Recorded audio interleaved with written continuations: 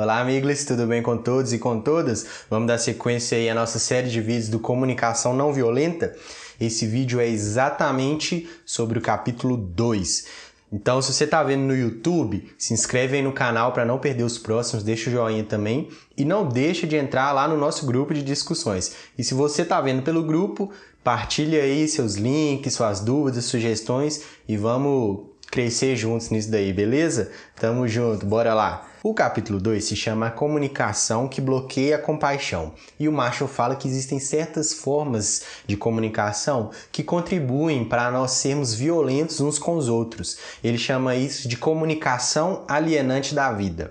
Alienar-se, pela definição da palavra, significa se afastar da realidade mesmo. E a gente vai ver que isso faz muito sentido, tanto nesse capítulo como ao longo do livro. A primeira forma de comunicação alienante da vida que ele traz são os julgamentos moralizadores. Eles subentendem que existe uma natureza errada ou maligna nas pessoas que não agem de acordo com os nossos padrões de valores. Então apontar para o outro, você é egoísta demais, você é irresponsável, são coisas que a gente faz quando a gente projeta um valor que é nosso em cima da outra pessoa. Se você presta mais atenção nos pormenores do que eu, então eu vou te taxar de alguém cri-cri e compulsivo. Mas, se ao contrário, você presta menos atenção aos pormenores do que eu, então eu vou te taxar de relaxado, largado, enfim. Se o professor, e esse julgamento eu costumava usar muito, dá mais matéria do que eu gostaria que ele desse, então eu chamo ele de rígido, rigoroso, enfim.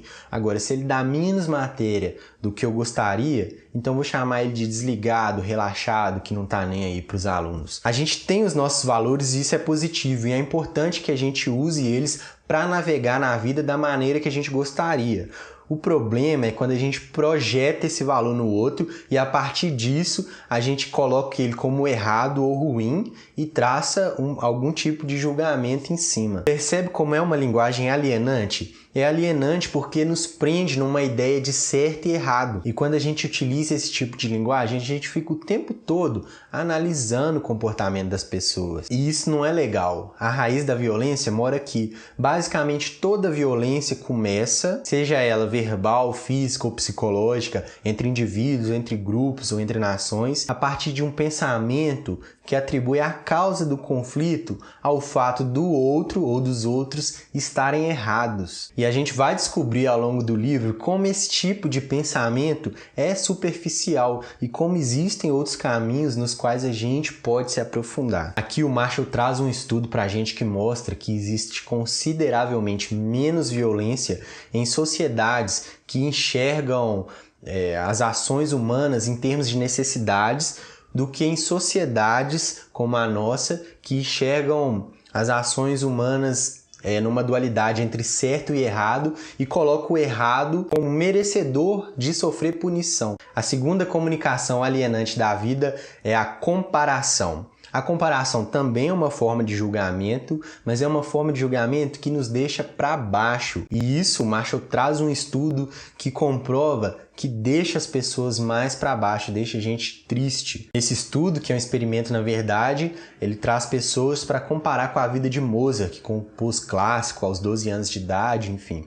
E as pessoas começam a ficar muito mal. E isso é muito forte na parte estética, quando a gente faz esse tipo de comparação, e mais forte ainda a nível de vida, de carreira, de sucesso, enfim. E aqui nessa parte eu me lembro muito do Instagram, que foi considerado aí há pouco tempo atrás uma rede social depressiva, a rede social mais triste. Porque o que a gente faz ali é ficar rodando o feed de notícias e inevitavelmente, mesmo que inconscientemente, ficar comparando a nossa vida com as outras pessoas, que só mostram, por acaso, felicidades e situações de ápice. A terceira forma de comunicação alienante da vida é a negação da responsabilidade. É um tipo de linguagem que a gente usa para isentar a nossa responsabilidade dos nossos próprios atos. Eu falei disso lá no vídeo do prefácio, qual citei o exemplo do nazismo, em que existia uma linguagem burocrática que fazia com que as pessoas praticassem crueldade e se isentassem ao mesmo tempo da responsabilidade daquilo. Então todos eles que foram condenados depois da Segunda Guerra usaram aquela linguagem. Eu tive de fazer isso, eu precisei, eram ordens superiores. E aí ele traz alguns exemplos de isenção de responsabilidade. Quando a gente se justifica com forças vagas,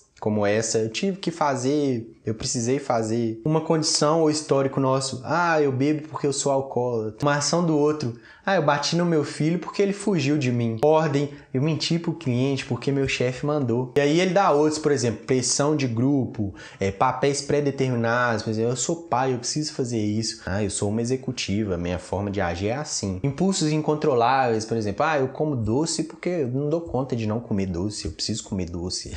E aí ele traz pra gente outras formas de comunicação que nos aliena, por exemplo, fazer exigências e não fazer pedidos, a gente vai ter um capítulo específico só para entender isso melhor. Pensar em termos de merecimento, não, ele mereceu, não, isso tinha que acontecer, né? Que é um tipo de comunicação realmente alienante, muito vaga e rasa, mas que a gente usa muito também. E aí ele conclui essa parte sensacional, que essa comunicação alienante da vida, ela não tá aqui à toa. Ela é uma ferramenta importante de controle e faz parte de todo lugar que existe uma hierarquia, inclusive dentro da nossa sociedade.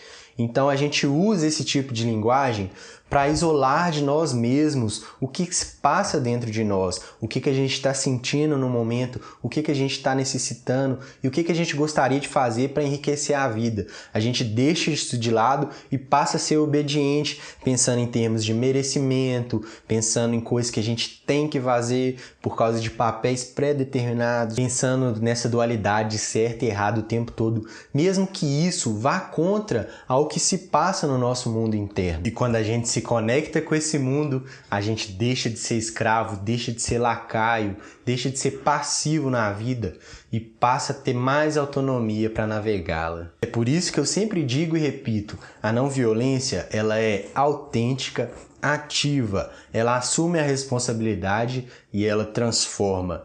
Beleza? Obrigado por ter chegado até aqui. No próximo vídeo a gente já vai começar com os 4 componentes da CNV. Então eu te espero lá e grande abraço aí.